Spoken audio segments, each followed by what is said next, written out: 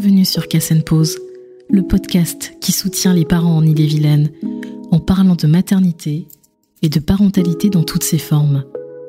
Pour ensoleiller le quotidien lourd et apporter le rire, l'espoir et l'empathie qui peuvent parfois cruellement te manquer. Je suis Kérianne Pierre, doula et accompagnante parentale du côté de Rennes. Casse & Pause, ça vient du créole mauricien et ça veut aussi dire quelque chose en breton.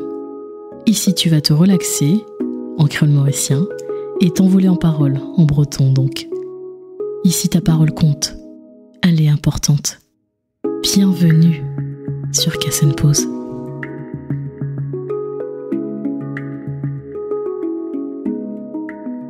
Bonjour Cyrielle. Bonjour Kérianne. Bienvenue sur Casse & Pause. Tu es ma deuxième invitée sur le podcast. Je suis vraiment ravie de t'avoir ici. Donc aujourd'hui, tu es chez moi pour cet enregistrement. Ravie également que tu me reçoives chez toi pour ce podcast et puis pour échanger sur un sujet quand même assez important. Tout à fait. On va parler aujourd'hui de ton petit garçon qui a 2 ans, Ewen. Aujourd'hui, tu es venu me parler en fait de ta grossesse où on a découvert une hernie de la coupole diaphragmatique. C'est ça.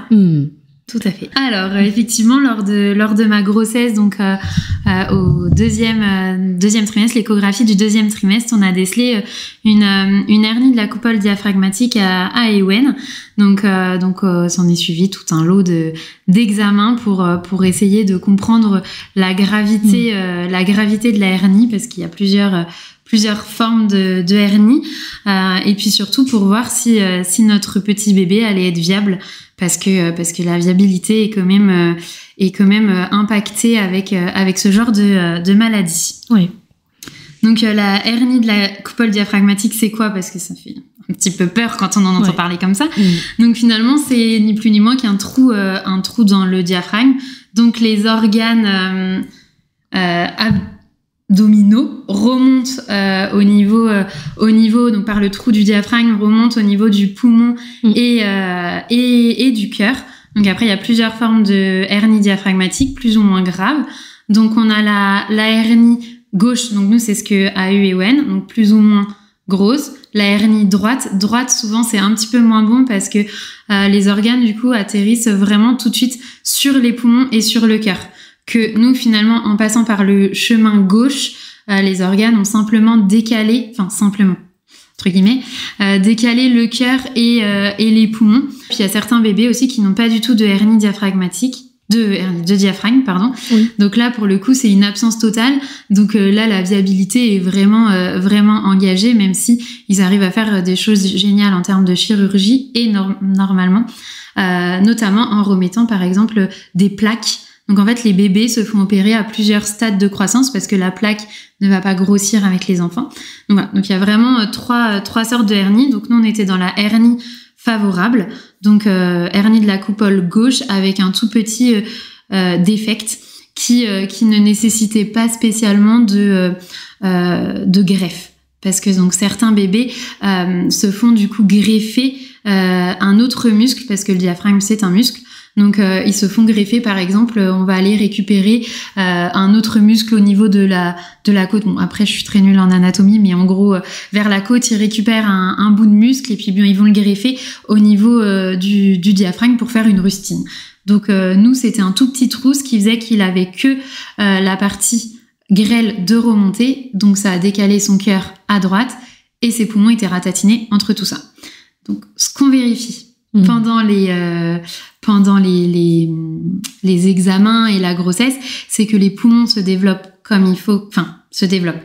Il y a au moins un des 2 poumons qui soit assez bien, entre guillemets, développé pour pouvoir assumer quand même derrière une viabilité sans respirateur toute sa vie, parce que ça peut être un peu embêtant. Donc on mesure plusieurs ratios, des ratios qu'ils appellent LHR. Alors moi ça m'a toujours fait flipper quand on m'a sorti le LHR. Donc au final, de ce que, avec mes mots qui sont pas du tout des termes médicaux, en gros c'est mesurer la taille du ventre, si on peut dire du ventre, du diaphragme du bébé par rapport à la taille des poumons. Il y a tout un ratio qui est fait comme ça. Et puis, on arrive à détecter si le LHR est, par exemple, à 20, 30, 40. Oui. Et en fait, plus on se rapproche, plus on dépasse les 30, plus il y a de cas favorables de survie à la naissance. En dessous, c'est clairement très compliqué. Après, ça se fait parce que on a quand même des très bons spécialistes en France. Donc voilà. Donc ma grossesse était ponctuée du coup d'échographie. J'en avais une à peu près toutes les 2 semaines. Donc pour vérifier ce fameux LHR, ensuite vérifier que tout se redéveloppait bien, qu'il n'y avait pas d'autres malformations cachées derrière cette malformation. Donc il faut savoir que cette malformation peut être aussi génétique. Donc on a dû faire du coup une amniosynthèse juste après la T2. Donc très très très très mauvais souvenir parce que très douloureux, parce que ventre assez gros, bébé prend de la place et tout, donc pas le meilleur souvenir de la grossesse. Donc on a fait la myosynthèse, on a vu qu'il n'y avait pas d'anomalie génétique, donc ce qui voulait dire qu'on pouvait poursuivre aussi la grossesse. Parce que si il y avait une anomalie génétique, pour le coup, là c'était sûr que la grossesse n'allait pas se terminer. Ok. Enfin, dans tous les cas, il serait pas arrivé à terme, mais il serait sûrement décédé. Je sais pas si on peut dire décédé parce qu'il est pas encore né, mais bon bref, sa vie se serait arrêtée dans mon ventre. Donc voilà, donc nous tout ça était bon. Donc on a continué à vérifier tout le long de la grossesse que ce fameux LHR était bon. Et puis ensuite on a aussi rencontré, avant de vraiment se décider si on allait garder, si on allait poursuivre la grossesse ou la arrêter, on a aussi rencontré toute l'équipe du CHU de Rennes, donc parce que ce sont des spécialistes dans la région sur la hernie diaphragmatique, pour aussi comprendre tout ce qui pouvait arriver après à notre enfant une fois plus grand, etc. Donc évidemment le chirurgien nous a mis tous les cas les plus graves, avant quand même de nous dire que nous on était quand même sur un cas favorable, parce qu'effectivement on peut avoir des enfants qui ont une hernie diaphragmatique, qui ont de forts problèmes cardiaques, ou aussi des problèmes respi après, parce qu'il y a quand même un gros sujet de développement de poumons et de cœur. Nous on savait déjà que son cœur était très bien développé, donc ça on avait fait des échos en plus pour vérifier. Tout était bon, donc il y avait juste on savait qu'un des 2 poumons était bon, le deuxième on ne savait pas, et ça on ne le saura pas avant, je pense, quelques temps. Donc même encore 2 ans après, on peut pas savoir. Faut que vraiment tout son développement, sa croissance soit terminée. Donc ça, on a rencontré du coup une équipe pluridisciplinaire, donc le chirurgien, les pédiatres réanimateurs, et puis toutes les semaines ou tous les 15 jours, ils se réunissaient aussi avec la gynécologue obstétricienne qui faisait tous les calculs, etc. pour eux aussi nous donner leur avis sur la viabilité ou pas de l'enfant, ce qui pour nous était très rassurant, parce que clairement pour nous on n'y connaissait rien en tout ça, on a tout appris un peu sur le tas, donc c'est pas mal que l'équipe soignante soit aussi honnête en nous disant là il y a ça, mais vous, au vu de tel truc, on sait qu'on sort de cette zone là. Voilà, j'ai fait aussi, Ewen a fait au travers de mon ventre des IRM. Je ne savais pas que c'était possible de faire un IRM sur un bébé in utero, mais effectivement j'ai passé quelques heures, parce que le problème c'est que le bébé on ne peut pas l'attacher quand il est dans un ventre, et que ça fait du bruit, donc le bébé bouge dès qu'il entend un bruit, donc on ne peut pas faire la photo. C'était assez sympa. Donc j'ai fait 2 IRM pour vérifier qu'il y avait vraiment aucune autre malformation, et puis je pense de ce que j'ai compris aussi, c'est que ça leur servait à avoir des mesures aussi pour la naissance et pour préparer la chirurgie après. Oui. Donc, comme je disais, nous, on a été suivis à Rennes. Il faut savoir qu'il y a 3 à 10 bébés par an qui sont opérés de cette hernie diaphragmatique. Donc, ça reste quand même assez faible. On est vraiment sur une maladie qui est recensée comme maladie malformation, qui est dans les maladies rares et graves. Donc, il y a une naissance sur 3500 par an. Sur 3500 par an, avec des hernies diaphragmatiques qui soient génétiques ou non. Donc, viables ou non viables. Mais voilà. Donc, en tout cas, sur sur Rennes, on a la chance d'avoir un centre qui voilà, ils sont très très doués. Il y a plusieurs techniques d'opération. Ils pratiquent donc il y a 2 techniques d'opération pour la hernie, soit la thoracoscopie, donc c'est avec les petites caméras. Donc en gros, c'est ce qu'ils ont fait pour Ewen. Il a que 4 petits points. Et en fait, ils ont réussi à remettre toute la machine en place, à reboucher le diaphragme juste avec des petites caméras. Enfin, je sais pas comment ils sont débrouillés. En tout cas, il n'a pas été ouvert. Et sinon, l'autre technique, c'est d'entièrement ouvrir le ventre et de un peu jouer au docteur Maboul, quoi, et de tout refermer. Et voilà. Donc, c'est un peu, en termes de suite opératoire, on n'est clairement pas sur les mêmes suites opératoires que quand on a, entre guillemets, juste eu 4 petits trous pour mettre des caméras et des instruments. Enfin voilà, il n'y a pas tous les muscles à reconstruire, tout ce qui pouvait être cassé, il y a pas eu. Donc voilà. Et ça s'est fait à quel moment pour cette opération comment ça s'est fait? J'ai sauté des étapes. Il n'y a pas de problème. Donc j'ai fini par accoucher quand même à un moment donné. Certains bébés, parce que ta question est très intéressante, parce que certains bébés qui ont des grosses hernies, mais nous c'était pas du tout notre cas, ont déjà une sorte d'intervention in utero. Donc en fait, on va leur injecter, je ne sais pas par où, ça je ne suis pas médecin, mais de ce que j'ai compris, c'est par la bouche, on injecte un ballonnet pour éviter qu'en fait les organes compressent trop les poumons. Ouais. Donc si le LHR est vraiment très mauvais, on peut injecter ces ballonnets.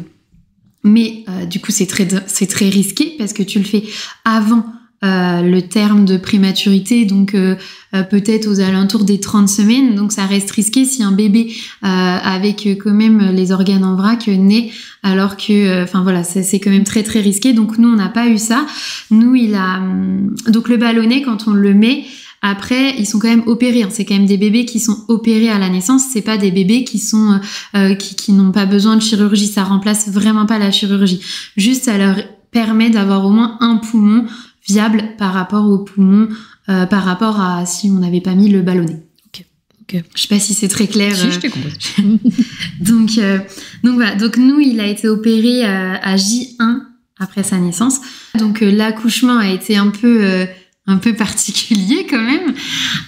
Donc j'avais pas le choix que d'accoucher dans un hôpital de niveau 3. Au départ, c'était pas forcément notre chance, c'était plutôt dirigé vers une clinique de niveau 2. Mais bon, pour le bien de notre enfant, il fallait absolument qu'il y ait une réanimation. Donc moi, j'ai fait le choix d'être déclenchée. Donc comme Ewen se portait bien, le déclenchement n'était pas obligatoire, mais tout simplement, j'ai accouché en été. Et moi, j'avais peur en fait que tout le personnel soignant ne soit pas là, qu'il y ait des vacances. Enfin voilà, j'étais assez stressée là-dessus. Parce qu'il fallait absolument qu'on ait une équipe de réanimation pour pouvoir le réanimer dès sa sortie, parce qu'il ne fallait surtout pas qu'il respire. Oui. Parce que sinon, il s'asphyxiait, donc c'était pas plein de petits paramètres. Donc j'ai été déclenchée, j'ai mis 3 jours à accoucher. Il a dit, tu vas quand même pas vouloir sortir. J'ai été déclenchée à 37 SA, et il est sorti à 37,5, quoi. Donc, un bébé bien en forme quand même. Donc, il y avait toute l'équipe soignante, donc la réanimation. Et du coup, elles étaient une dizaine de réanimatrices entre les pédiatres, donc il y avait, je sais honnêtement, j'étais pas en état de savoir qui était autour de moi, mais il y avait les infirmières réanimatrices et des pédiatres réanimateurs, et donc nous, Ewen a pu être réanimé dans la chambre dans laquelle, enfin dans la salle de naissance, oui, a pu être réanimée dans la salle de naissance. Donc effectivement, j'ai pas eu un accouchement physiologique, parce que il fallait qu'il sorte quand même en position gynécologique, parce que il y avait pas le choix. Enfin voilà, fallait qu'il puisse l'attraper. En plus, la petite anecdote, la table de réanimation était placée à une distance précise. La distance moyenne, la longueur moyenne du cordon oui, c'est ça. Ouais. Ombilical, à savoir que Ewen avait un cordon plus court que la moyenne. Okay. La table n'était pas à la bonne place. Sauf que il faut savoir que quand on réanime un bébé à la sortie, tout est timé seconde par seconde. Donc on les entendait compter les secondes. Il y en avait une pédiatre réanimatrice qui était là que pour faire les secondes, qui était le chrono, qui chronométrait tout. Donc on l'entendait et là en disant oh, ça passe pas. Et sauf que Ewen n'était pas censé pleurer parce qu'il fallait pas qu'il se serve de tout ça. Bah oui. Mais du coup, il a eu le temps de crier. Et sauf que le truc trop bête, je me suis relevée. Je dis, mais pourquoi tu pleures? Faut pas pleurer. Alors que normalement, dans un accouchement normal, tu rêves que d'entendre. Bah oui. C'est ça que tu rêves d'entendre. Mais moi, non, je rêvais d'entendre le silence. Et lui qui pleure, bon, bah c'est pas très grave. Au moins il respirait. Mais bon. Donc il a été tout de suite réintubé. Donc ils avaient à peu près 10 minutes dans leur timing. Nous, au bout de 7 minutes, ils ont réussi à l'intuber et à le stabiliser. Parce qu'il faut que son état soit quand même stable pour pouvoir poursuivre tous les soins en chambre, enfin en salle de naissance. Sinon, c'est tout de suite en réa, sous anesthésie. Enfin voilà, c'est un plus gros truc. Mais nous, il a tout de suite été stable. En plus, il est né, il faisait plus de 3 kilos, donc il y avait pas de problème de poids. Il y avait rien du tout. Enfin voilà, on a eu de la chance. Donc comme leur chrono c'était 10 minutes, ils ont pu nous le mettre pendant 3 minutes à côté de nous. Bon, certes, avec une paille dans le nez et des machines de partout, mais c'était quand même chouette de pouvoir le voir. En tout cas, nous, on était contents qu'il puisse faire toutes ces manips dans la chambre et pas en réanimation, parce que sinon ça faisait qu'on l'aurait même pas vu. Et en gros, c'est donc si on ne veut pas que le bébé soit réanimé dans la salle de naissance, en gros ils prennent le bébé, ils partent un peu en courant, j'ai envie de dire, en réanimation, et tout de suite ils l'intubent. Il y a quand même moins de monde pendant l'accouchement, mais nous on est très contents que ce soit fait comme ça, et franchement j'ai adoré accoucher, donc je regrette pas du tout que ça se soit passé comme ça. Et puis on était quand même, c'est quand même assez bizarre, parce que on était hyper contents en fait d'avoir eu notre bébé, mais en même temps on se dit il a quand même qu'une chance sur 2 de vie, parce que à la naissance, tant qu'ils sont pas opérés, ils ont une chance sur 2. Alors un peu plus quand c'est un cas favorable comme Ewen, mais ça reste quand même des chances très, enfin voilà, on est quand même sur des proportions où on se dit bon, j'ai quand même une chance sur 2 de vraiment rentrer chez moi un jour avec mon bébé, le bébé qui vient de naître là. Donc mais c'était assez, je sais que on est restés du coup tous les deux pendant 2 heures dans la salle de naissance, donc tout seul, c'est notre bébé évidemment, et on était quand même super contents. C'est très bizarre de se dire ça, parce qu'on était hyper heureux, on se dit il est né, c'est trop bien, mais en même temps on se dit ouais, c'est trop bizarre, parce que notre bébé il était en réanimation, donc Tom n'a pas pu le suivre parce que tout se faisait en stérile. En fait, tous les premiers soins étaient en stérile, les poses de cathéter, les poses de, bref, on est arrivé, il était branché de partout. C'était assez impressionnant. Donc au bout de 2 heures, quand ils ont eu fini de le préparer et aussi de le mettre sous morphine, de le sédater un petit peu, parce que pauvre petit père, avoir une paille dans la bouche, dans tout le corps et des trucs de partout, c'est pas ouf. Donc au bout de 2 heures, on a pu aller le voir, et on l'a trouvé trop beau. Alors qu'en fait, quand on regarde les photos, on se dit mais comment on a pu trouver super beau alors qu'il y en avait partout. Mais en fait, on était vraiment dans cette bulle où on était c'est trop bien, on a eu notre bébé, il va bien. C'est un bien grand mot, mais pour nous, on va dire que tout s'était calé comme il fallait, donc c'était bon pour nous, ça allait bien, entre guillemets. Donc on était très contents on était quand même très contents d'avoir notre bébé, puis c'est le plus beau, et puis on a vraiment fait abstraction de toutes les machines. Moi qui suis une flippette des piqûres, des trucs, des machins, franchement, c'est quand c'est sur ton bébé, tu le vois pas quoi. C'est donc voilà pour la partie première prise en charge. Ensuite, il fallait que son état soit très stable pour pouvoir être opéré. Donc à savoir que on les opère, si je me trompe pas, on peut les opérer dès la sortie, dès la naissance, à partir du moment où ils sont très stables, et que le chirurgien est disponible aussi, parce que malgré tout, ça reste des opérations très compliquées. Donc, les chirurgiens qui opèrent ça sont très, très, très, très pris aussi. Donc, à partir du moment où le chirurgien est disponible et le bébé le permet, on peut du coup l'opérer tout de suite. Ou sinon, c'est jusqu'à 5 jours, après 4-5 jours. Après, ils aiment pas trop dépasser tout ça parce que ça veut dire que pendant ce temps-là, les poumons se sont pas développés. Enfin, tous les organes ne fonctionnent pas parce que du coup, si nous, il avait que la partie intestin, mais il y a des enfants qui ont carrément les vessies, enfin tout de remonter. Donc, ça veut dire que c'est des organes qu'on peut pas faire fonctionner tant qu'ils sont pas à la bonne place. Donc en fait, plus on attend pour opérer, plus on enlève de l'espérance de vie. Je sais pas si on va dire une sortie heureuse une fin heureuse du séjour à l'hôpital. Donc, nous, il a été opéré 24 heures après, parce que le chirurgien n'était pas disponible avant. Puis, le temps de le préparer, etc., ça faisait une opération trop tard, parce que, donc, suivant le type d'opération, l'opération va de 3 à 6 heures. Et ça se peut qu'il commence par caméra, du coup, et qu'il se rende compte que ça va pas le faire. Donc, il faut tout ouvrir. Donc, nous, il nous avait vraiment dit, oui, 3 à 6 heures de mémoire. Et il est rentré au bloc. Non, le bloc est venu à lui parce que des bébés, on ne les transporte pas. C'est le bloc qui vient eux. Donc, à l'hôpital sud de Rennes, ils ont vraiment 2 chambres qui sont des blocs opératoires en réanimation. Donc, tant que le bébé n'est pas stable, même en post-op, il ne sortira pas de cette chambre. Parce que il faut pas du tout en fait, c'est tout un convoi de balader un bébé avec sous respirateur, sous oxygène. Franchement, on a dû le changer de chambre à un moment donné. On l'a changé donc on a traversé le couloir, mais juste la chambre en face. On a mis à peu près une demi-heure. C'est très long. C'est parce qu'entre le moment de le préparer, de pousser le lit, de dire faut pas trop que je tire sur la paille parce que si je lui arrache le respirateur, faut pas que je tire mes seringues de médicaments. Toutes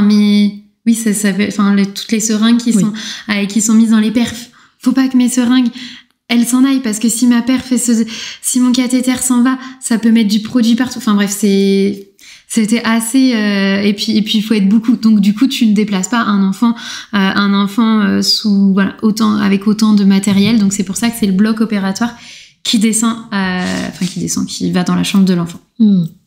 Donc nous, il s'est fait opérer du coup à 24 heures de vie. L'opération a duré 2 heures et demie. Donc bonne nouvelle. Moi, j'avoue que au bout de 2 heures, quand j'ai vu le numéro du chirurgien, je me suis dit, pas bon.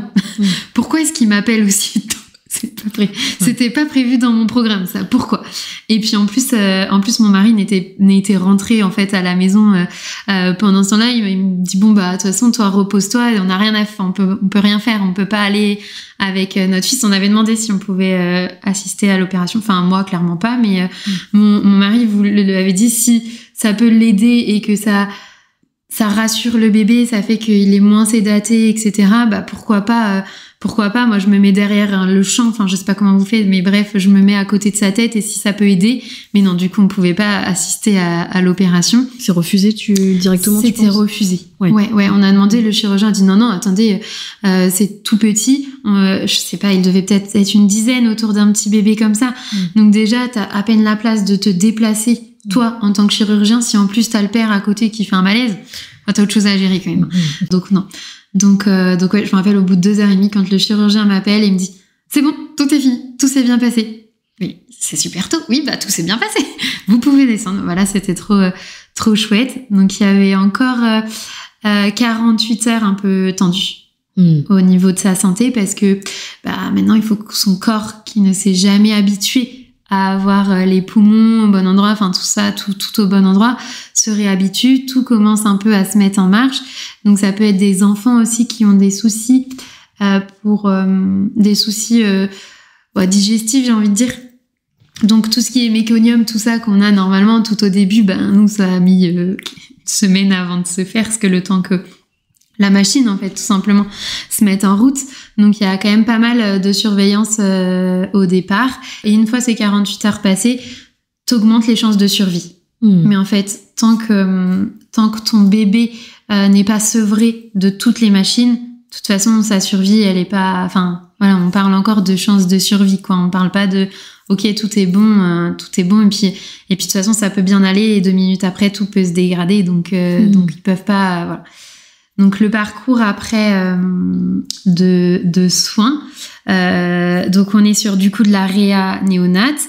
Donc là, ils sont sous respirateur, sous sonde gastrique, parce que c'est pareil, ils vont pas pouvoir... vu que tous les tuyaux sont pas comme il faut tout de suite envoyer au bon endroit la nourriture. Enfin, sachant qu'il a commencé à être nourri que après l'opération. Avant, c'était des poches de sucre, etc. qu'il avait. Parce que, comme t'avais pas la tuyauterie, tu pouvais pas emmener la nourriture au bon endroit. Ouais. Donc, il a commencé à être nourri qu'après l'opération. Et au départ, c'est que en sonde. Donc, c'est des enfants qui ne savent pas téter, du coup.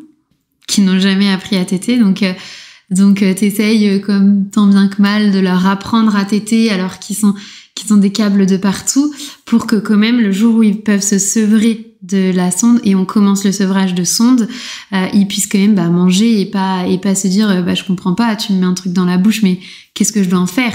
Parce que moi ma bouche normalement c'est pour des soins, c'est pas pour manger quoi. Donc c'est assez particulier. Donc ça, la réa, du coup, ils mettent toutes les sondes, toutes les perfs de médicaments. Et après, pour pouvoir sortir de la réa, il faut être sevré au moins de l'intubation. Enfin, nous, en tout cas, à Rennes, c'était ça. Chaque hôpital a un petit peu son protocole quand même si bon, on sait que un enfant qui est sevré de son intubation, donc il peut passer sur un autre, pas sevré de l'oxygène, juste de l'intubation. Après, ça passe sur un petit masque, c'était trop drôle. C'est comme un petit tuba. On aurait dit un petit plongeur, c'était trop chou. Bon, ça, il l'a pas gardé longtemps parce qu'il l'a détesté, donc il l'a arraché. Mais c'est très bien parce que du coup, on est tout de suite passé à un sevrage, du coup, on a enlevé, on est passé sur des petites lunettes, un peu ce qu'on peut avoir nous si on se retrouve à l'hôpital, qu'on a besoin d'oxygène, juste des petits trucs dans le nez, qui sont pas très invasifs. Donc ça, ils l'ont rapidement mis rapidement, au bout de 2 semaines, 2 semaines et demie. Il a eu ses petites lunettes et du coup déjà là c'était très bien parce que comme il est resté constant, ça voulait dire qu'on pouvait passer à dans un autre service un peu plus cool que la réanimation. Et toi à ce moment-là, tu t'es déjà rentrée chez toi? Au bout de 24 heures. Donc une fois la réa passée, donc le sevrage un petit peu en ventilation qu'ils appellent ça. Donc ventilation, c'est respirateur. Donc on peut du coup changer de service. Donc soit passer en soins intensifs. Donc ça c'est suivant le sevrage du respirateur finalement. Nous vu qu'il est tout de suite passé à un stade vraiment vraiment cool où pour le coup il avait presque plus d'oxygène, on a pu tout de suite aller en soins courants. Donc là c'était chouette parce que c'était des chambres où on pouvait dormir avec lui. Et avant ça, on ne pouvait pas. Alors peut-être que dans certains hôpitaux, les réanimations permettent de dormir, mais dormir en réa et même en soins intensifs, je suis pas sûre que ce soit très cool parce qu'il y a quand même beaucoup de bruit, de bip, de machin, de machine. Donc voilà. Donc nous après, donc c'est bien ce qu'on nous a expliqué. Vous êtes en soins courants, donc ça veut dire qu'on retournera pas en réa parce que il respire bien. Enfin, il respire bien avec un petit peu d'aide, mais il respire quand même bien. Donc après, là, l'idée, c'est de le sevrer maintenant de sa sonde. Et après de le sevrer de la morphine. Alors ça, le sevrage de la morphine, c'était autre chose. Mais quand c'est sur des tout petits bébés, la morphine est tellement mise pas grosse dose, hein, c'est respecté. Enfin, il y a des calculs quand même de fait pour tout ça. Mais voilà, nous en tout cas, il a été drogué, quoi. Je pense. C'était littéralement un drogué. Parce que quand on a essayé de le sevrer, il tremblait, il avait chaud, il avait froid, il hurlait. Enfin, c'était horrible, mais en même temps, il a connu de la morphine toute sa petite vie, tout son petit début de vie, il a été sous morphine tout le temps, donc c'est normal. Donc au bout de 2 semaines et demie, nous voilà en néonate, nous. Donc on a commencé à le sevrer, donc à savoir que comme il avait des prescriptions, j'étais pas contre l'allaitement, mais je m'étais dit, on verra bien, si ça se fait à la naissance, ça se fait à la naissance, là, ça pouvait pas se faire. Donc j'ai tiré mon lait, parce qu'il avait des prescriptions de lait maternel, donc j'ai tiré mon lait, il avait en plus des compléments de dons qu'il y a au lactarium. Très important de faire des dons, pas que des dons de sang, des dons de lait. Tu as raison de le rappeler, c'est important. Ça peut sauver, ça peut aussi sauver des vies sur des prématurés, sur des enfants avec des grosses pathologies. Donc très important, si c'est quelque chose qui nous intéresse, et qu'on a trop de lait, faut pas hésiter à aller voir le lactarium, ils sont très contents avec ça. Et donc on a essayé du coup de le mettre au sein, parce que je me suis dit, quitte à avoir fait la vache laitière pendant 2 semaines et demie, on va avoir une catastrophe. Il savait pas téter, il arrivait pas. En plus son poids était extrêmement surveillé parce que problème digestif, c'était une galère. Donc à un moment donné, j'ai dit non, c'est pas grave, je vais lui donner mon lait dans des biberons. Donc alors à savoir que c'est pareil, c'est un bébé de quasi 3 semaines, mais il faut lui donner que des millilitres, que des petits millilitres au départ, parce qu'il se fatigue, parce qu'il a jamais fait, parce que donc les biberons, on passait 45 minutes à lui donner, sauf qu'il recrachait tout. Donc fallait le tenir pendant 1 heure, être sûr qu'il digère comme il faut, parce que nous on avait quand même l'angoisse du poids qui était pris, parce qu'ils nous laisseront pas sortir tant que le bébé mange pas comme il faut et tant qu'il prend pas du poids comme il faut, parce que c'est un peu les problèmes des hernies diaphragmatiques, c'est que mauvaise prise de poids, mauvaise alimentation. Donc tout ça c'est quand même surveillé. Donc nous on a passé 2 semaines et demie aussi en néonat pour lui apprendre à manger, et je pense que une semaine, au bout d'une semaine, j'ai dit moi j'arrête de tirer mon lait, parce que c'était trop compliqué, parce que fallait que je tire mon lait, qu'en même temps je lui donne le biberon, que je vérifie du coup combien il avait pris, et que le reste je lui donne en complément dans sa sonde, parce qu'il fallait quand même qu'il ait assez à manger sur des bacs pour un bébé de 3 semaines. Donc c'était un peu c'était trop, parce qu'entre donner le biberon 45 minutes, tirer mon lait, compléter, donc je tirais mon lait en même temps que je complétais dans la sonde, après le tenir debout sur moi, pour pas qu'il régurgite tout son biberon, ça me prenait encore 1 heure quoi. Donc on était arrivé quasi 2 heures, sachant qu'il fallait que je tire mon lait toutes les 2-3 heures, comme c'était pas stimulé de la même manière qu'un enfant. Donc bref, une galère. Donc j'ai vite abandonné, et d'ailleurs j'admire les mamans de prématurés qui arrivent à continuer à allaiter même après, parce que je sais pas comment elles ont fait. Enfin en tout cas moi c'était pas dans dans ma capacité, si on peut dire. Mais tu as déjà fait beaucoup de choses. Mais j'ai quand même déjà fait. Faut le noter. Je pense. Enfin on a fait en tout cas de notre maximum. C'est vrai on est resté le maximum qu'on a pu avec lui à l'hôpital. À la fin, moi, j'arrivais plus à rentrer dormir à la maison. C'était trop dur pour moi de rentrer. Donc on avait trouvé. On restait jusqu'à assez tard le soir en réa, et mon mari retournait le matin. Donc moi, je me levais vers 6 heures pour me traire. C'était littéralement le nom qu'on avait donné, l'heure de la traite, parce que ça faisait vraiment ça quand t'as pas ton bébé chez toi et que t'as les tire-laits sur les 2 nénés et que t'attends, ça fait vraiment vache laitière. Donc lui retournait en fait à ce moment-là vers 6-7 heures pour avoir les trans en fait des infirmières de nuit et infirmières de jour, pour être là aux trans et pour pouvoir écouter ce qui s'était passé. Et puis après, il revenait me chercher et on y restait toute la journée. Et puis bon, après quand j'ai eu un lit, je suis restée. Je ne suis plus repartie de l'hôpital. On t'a donné un lit du coup? Ouais, en néonat. En néonat, c'est ça. Néonat, en soins courants. En réa, à un moment donné, ils ont bien vu que c'était dur pour moi et que Ewen allait beaucoup mieux. Donc ils m'ont dit, si vous voulez, on vous met un lit. Y a pas de souci. Mais par contre, c'est vraiment parce que ça va bien et qu'on est plus sur une sortie de réa qu'en début de parcours. Mais là, au final, c'est moi qui ai dit, en fait, il y a trop de bruit, parce que en réa, il faut savoir que les scopes sont le scope de ton bébé, t'as les scopes de tous les autres bébés. Et en fait, t'avais des bébés qui n'allaient vraiment pas bien à ce moment-là, qui faisaient beaucoup d'arrêts cardiaques. Donc en fait, c'est-à-dire que t'as le scope de ton bébé qui se mettait à sonner rouge comme pas possible à n'importe quel moment de la journée. Donc en pleine nuit, moi je me dis comment je vais réussir. Alors déjà toute la journée, je suis dans les bip bip. Comment je vais réussir à... Donc on passait de plus en plus de temps en réa, mais je me sentais pas non plus de dormir dans tous ces bip bip. Donc voilà. Après, on a rapidement changé de service, donc c'était top. Et donc il avait 3 semaines de vie. Ouais, 2 semaines et demie. On a changé et ouais, on est resté un peu plus d'1 mois. D'accord. On est sorti, il avait 1 mois et 2-3 jours.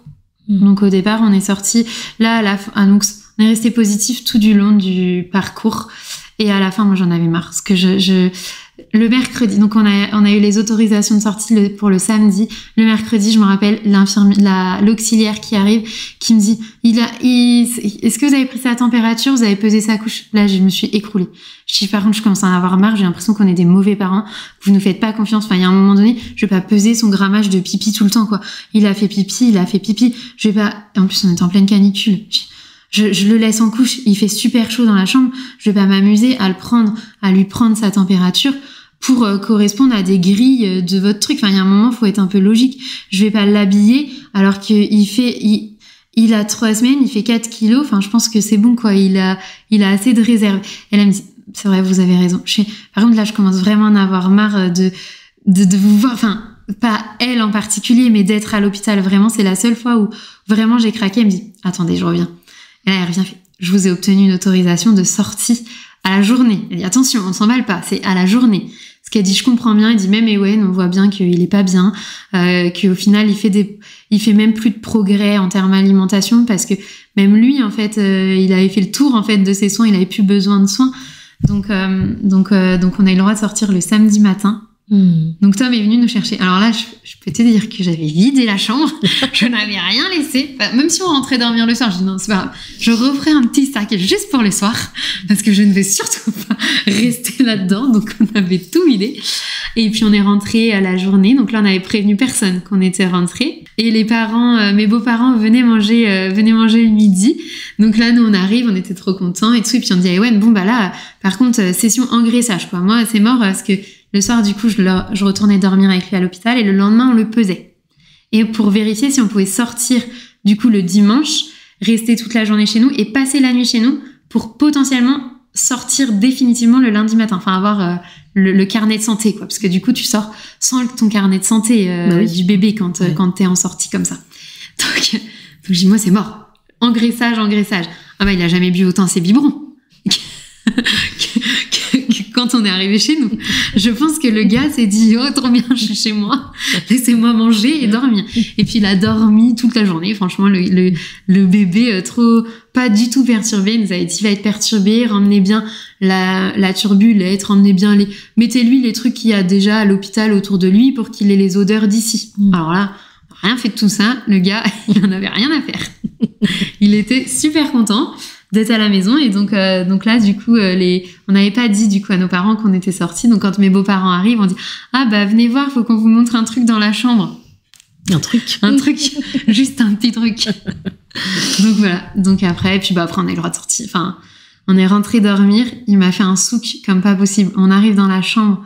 Donc, les infirmiers m'avaient dit, oh, vous revenez vers 21h. Enfin, en vrai, mangez votre repas du soir et revenez après. Enfin, on sait que vous êtes sérieux. Il n'y a pas de souci, donc prenez bien votre temps. On rentre à 21h, passé la porte de sa chambre, il me fait un souk comme pas possible. Je me dis, en fait, il a vraiment senti l'odeur hôpital. Je pense qu'il s'est dit, c'est pas possible, je peux pas. C'était mieux dehors. C'était mieux chez vous. Ouais. Donc ouais, c'est ça. C'était mieux chez lui, quoi. Donc au final, c'était la dernière nuit qu'on a fait à l'hôpital. Et là, j'ai dit, par contre, vous venez pas m'embêter. Enfin. En vrai, j'en ai rien à faire de vos constantes et tout. Enfin, c'est bon. De toute façon, si demain on dort pas là, il va pas être scopé. Vous n'allez pas venir me réveiller pour savoir s'il a bu, si depuis combien de temps il a pas bu. Donc, enfin, il y a un moment donné, je vous signe une décharge s'il faut, mais moi, vous me laissez. Enfin, laissez-le aussi tranquille. Et en fin de compte, il faisait déjà ses nuits. Donc, c'est vraiment parce que l'hôpital disait qu'il fallait le réveiller. Enfin. Il prenait qu'un biberon, mais à 23h et il se réveillait le lendemain à 7h. Donc, c'était déjà un bébé qui dormait très bien. Donc, il n'avait pas spécialement besoin d'être réveillé dans la nuit. Donc, voilà. Donc voilà un peu pour le retour. Mais c'était quand même assez cool, ce truc de rentrer chez soi juste pour en fait, on savait pas trop si on était... C'était trop bizarre, ce truc de « Ah, c'est trop bien », mais en même temps, c'est truc de ah ouais mais je suis toujours à l'hôpital, mais du coup est-ce que je peux faire ça avec mon bébé? Bah oui, en fait il est à toi, il m'appartient pas, mais c'est toi qui t'occupe de lui, donc oui, tu peux faire ce que tu veux avec lui, tu peux l'emmener où tu veux, mais c'est vrai que les premiers jours on était un peu sur le truc de, est-ce que ça j'ai le droit? Bah oui, il y a personne qui va me dire que j'ai pas le droit, donc oui. En fait, finalement, d'être resté aussi longtemps à l'hôpital, ça fait aussi une certaine... Tu réfléchis, quoi. Oui. Tu doutes un peu, finalement. Ouais, carrément. Et puis, je pense que c'est les protocoles médicaux qui nous font douter. Parce que quand tout est mesuré... au début, c'est normal. Ça te permet de savoir que ton bébé va bien, que tout soit mesuré et tout.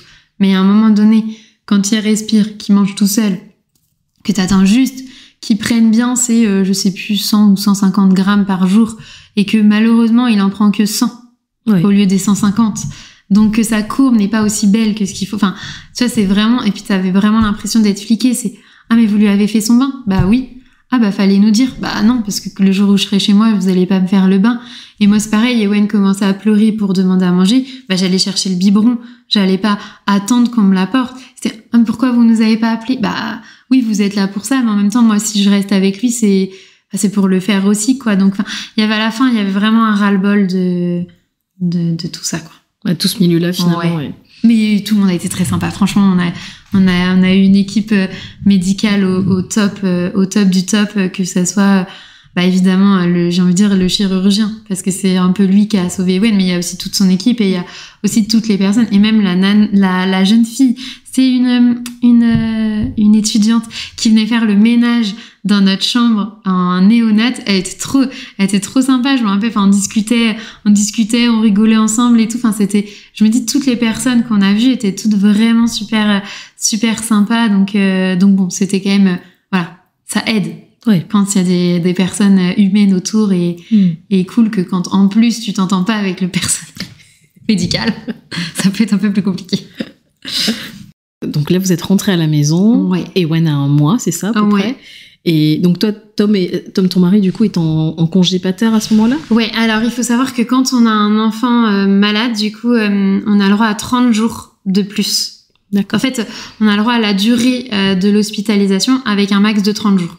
Donc nous, les 30 jours, on les avait. Donc du coup, il a pu avoir les 25 jours de congé pat. Je sais plus combien est-ce que c'est. Mais en tout cas, il avait repris fin août. Donc pour début juillet la naissance. Donc il a été 2 mois avec nous. Chouette. Donc c'est chouette. Donc c'était chouette parce que ça nous a permis du coup de vraiment vivre au Club Med comme je disais. C'était parce que vraiment ça avait rien à voir, et puis de prendre nos marques chez nous, de faire plein de trucs aussi qu'on n'avait pas pu faire avec notre bébé. C'est tout bête, mais aller à la mer, aller se promener, des trucs tu te dis bon bah oui, mais nous c'était vraiment, on avait vu tellement le temps long à l'hôpital qu'on s'est dit tiens, ça je veux trop faire, c'est trop tout bête, mais aller manger une galette. Pourtant à l'hôpital ils nous ont dit mais si vous voulez, nous on est vos babysitters, en plus on est gratuits, donc allez au resto. Je dis mais je vais pas aller au resto sans mon bébé. donc voilà, c'est des trucs tout bêtes, mais aller au resto, faire des trucs basiques que tu peux faire dans la vie de tous les jours. Donc c'était chouette. On a eu 1 mois pour faire tout ça, et c'était franchement des trop chouettes moments finalement. Et on en parlait tout à l'heure. Ton postpartum, tu me disais, toi, tu l'avais vécu plutôt différemment. Ouais, je pense que moi, j'ai pas. Quand on en discute. Et qu'on dit et toi, est-ce que t'as saigné? Je ne sais plus. Est-ce que t'as eu des points, t'as eu une épisio, bon ça se fait plus, mais une déchirure, t'as eu des points, t'as eu ceci, t'as eu cela, t'as eu mal? Moi je sais pas. Honnêtement je sais pas ce qu'ils ont fait. Je sais pas ce qu'ils ont fait. Si, ils me l'ont dit, c'est écrit dans mon dossier. Mais en fait j'étais tellement focus bébé que moi j'ai complètement occulter ma j'ai envie de dire ma santé et ma personne. Au final, je suis allée chez ma sage-femme pas très longtemps avant que Tom reprenne le travail, donc quasi 2 mois après l'accouchement, et je lui dis mais du coup c'est bon, tout est réparé. Elle me dit bah oui, ça a l'air, je vois rien. Je dis elle me dit mais pourquoi vous savez pas? Je dis non, en fait moi j'ai pas pris le temps pour moi, donc en fait nous, c'était tellement la belle vie à la sortie de l'hôpital je pense qu'on n'avait pas le temps de trop se poser de questions sur moi, ma personne et mon postpartum et tout était tellement bien dehors qu'on s'est pas trop posé de questions. C'est difficile à dire, mais je pense qu'effectivement, là, quand t'as des questions, quand tu peux te permettre de te poser les questions, c'est que ton bébé va bien, je pense.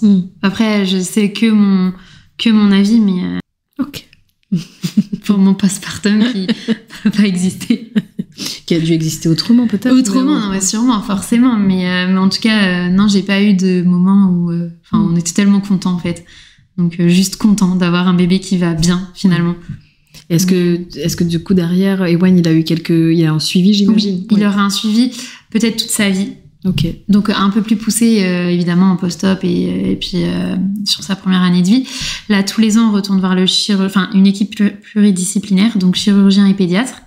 Donc au CHU toujours, pour vérifier que tout est bon. En plus, il est suivi par le réseau Bien Grandir en Ille-et-Vilaine ou Bien Grandir en Bretagne. Le nom a changé il y a pas très longtemps. Donc en fait, c'est certains pédiatres qui sont spécialisés là-dedans.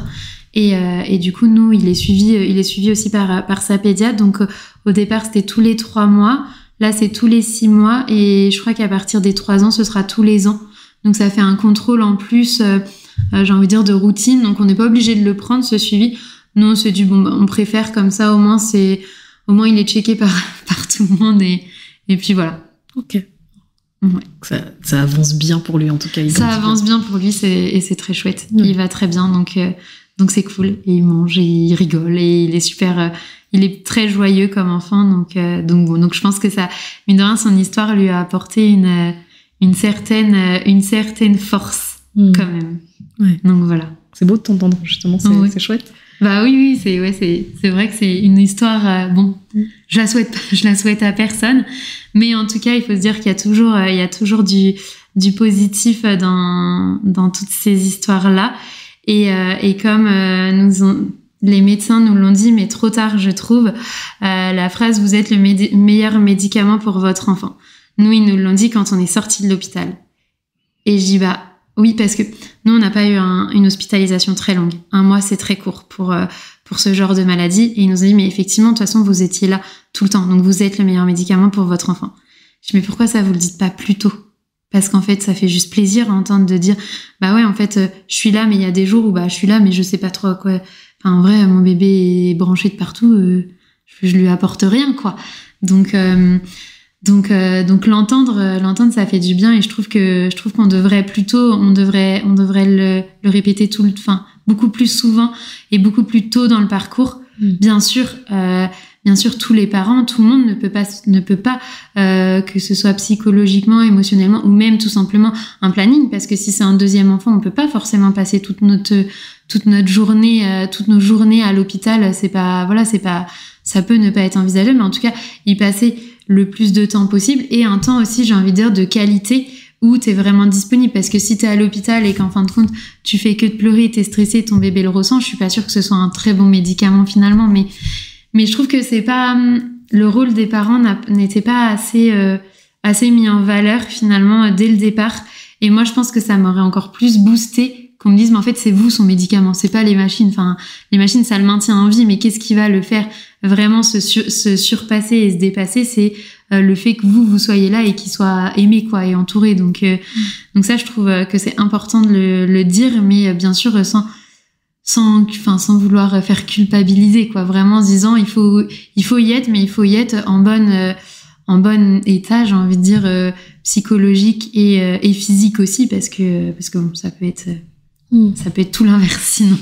Et je me posais la question, est-ce que tu avais été suivie, ou ton mari également, pour psychologiquement, on parle de ça justement, ouais, là? Non, donc on a des psys qui sont passés dans la chambre. Nous, on a dit qu'on n'avait pas vraiment besoin, parce que je pense que le fait d'avoir découvert ça pendant la grossesse, ça nous a permis d'anticiper les choses, et puis de se préparer, et puis de pas découvrir en fait la maladie à la naissance.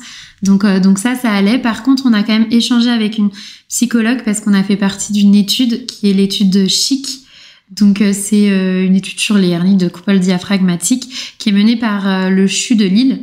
Et du coup, tous les CHU partenaires peuvent proposer cette étude-là. Donc il enfin bref, c'est toute une étude un peu sur la naissance, donc toujours par voie basse, soit on coupe le cordon, soit on le coupe pas. Enfin voilà, il y a 2 bébés, donc nous le cordon a été coupé avant la réanimation.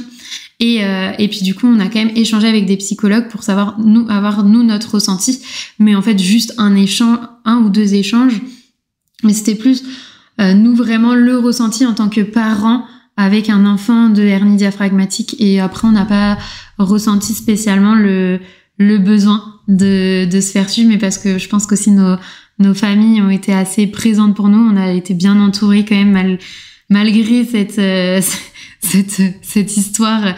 Voilà, on a quand même eu beaucoup de soutien et beaucoup de monde autour de nous, et puis on a eu une fin heureuse. Oui.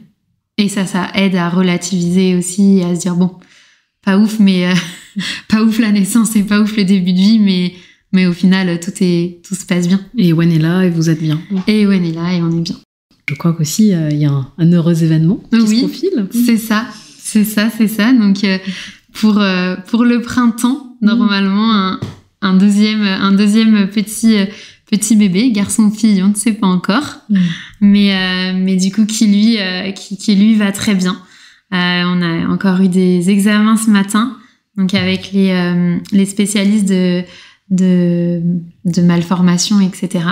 Et tout va bien. Donc la hernie diaphragmatique, à partir du moment où elle n'est pas génétique, et que le mode de vie des parents est sain, enfin voilà, qui est pas je sais pas, de drogue, d'alcool, de cigarettes pendant la grossesse, du coup normalement ne se produit pas, ne doit pas se reproduire une deuxième fois. Donc nous c'est vraiment la faute à pas de chance. Donc pour notre deuxième, il y a rien du tout. Donc ça c'est chouette, c'est rassurant, mais c'est une grossesse très différente qu'on aborde avec beaucoup moins de pas spontanéité, voilà, on est moins sur notre petit nuage comme pour Ewen, jusqu'à ce qu'on nous annonce qu'il y avait un problème. En fin de compte, voilà, après l'écho de datation, enfin c'est tout bête, mais on avait déjà acheté la poussette, enfin on avait fait plein de trucs. Là clairement, je suis à 4 mois. Enfin, je suis pile à la moitié de la grossesse en fait. Et vraiment on n'a rien préparé. Moi je suis vraiment plus sur la réserve. Mon mari, lui, depuis qu'il sait que tout va bien, lui ça c'est bon quoi, ça roule. Mais moi vraiment je suis plus sur la réserve, même si bon, ce sera forcément un bel événement, je pense, et j'espère que on pourra découvrir ce que c'est d'avoir un nouveau-né dans nos bras et de ramener un nouveau-né à la maison.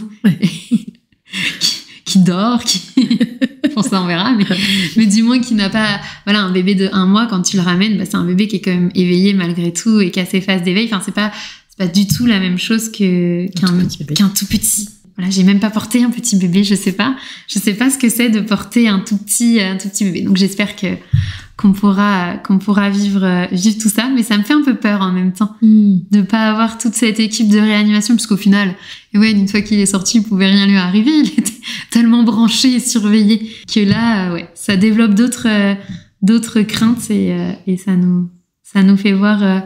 Je pense que cette aventure nous a vraiment changé la vie. Bon, de toute façon, un enfant, ça change la vie, ça c'est une certitude. Mais nous, ça nous a aussi changé notre façon de voir la vie.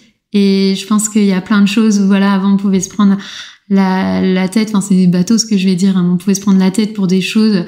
Enfin, maintenant, c'est bon, tout le monde va bien. Ouais, bon, on passe au-dessus, quoi. Vraiment. Et puis, il nous a donné quand même de belles leçons de vie, ce petit Ewen. J'ai eu la chance de le rencontrer, c'est vrai que il est tout adorable. Merci. C'est forcément le meilleur petit garçon, le plus beau, le plus intelligent, enfin évidemment. Ouais. Ça, c'est normal. En toute objectivité. Bien sûr. Bien sûr. Cyrielle, merci beaucoup merci pour ton témoignage. Ça me fait vraiment plaisir de t'avoir accueilli ici, et puis surtout que tu aies pu partager et rentrer dans les détails, parce que c'est vrai qu'on ne connaît pas du tout, et puis parler d'un enfant, d'apprendre la maladie pendant ton enfant pendant ta grossesse, c'est quelque chose dont on parle peu, je trouve. Merci beaucoup de tout ce que tu as pu partager. J'espère que ça pourra aider justement des futurs parents. parce que c'est vrai que nous, quand le diagnostic est tombé, eh bien, je me suis retrouvée face à que des cas, on va dire, négatifs avec des histoires pas vraiment très très sympas. Donc, c'est important de les lire aussi, hein, parce que d'avoir tout. Mais je trouve que c'est important aussi d'avoir du positif et de se dire que, au final, il y a toujours une issue positive malgré tout. Donc, j'espère que ça pourra aider des futurs parents. Merci à toi. Merci. À bientôt. À bientôt.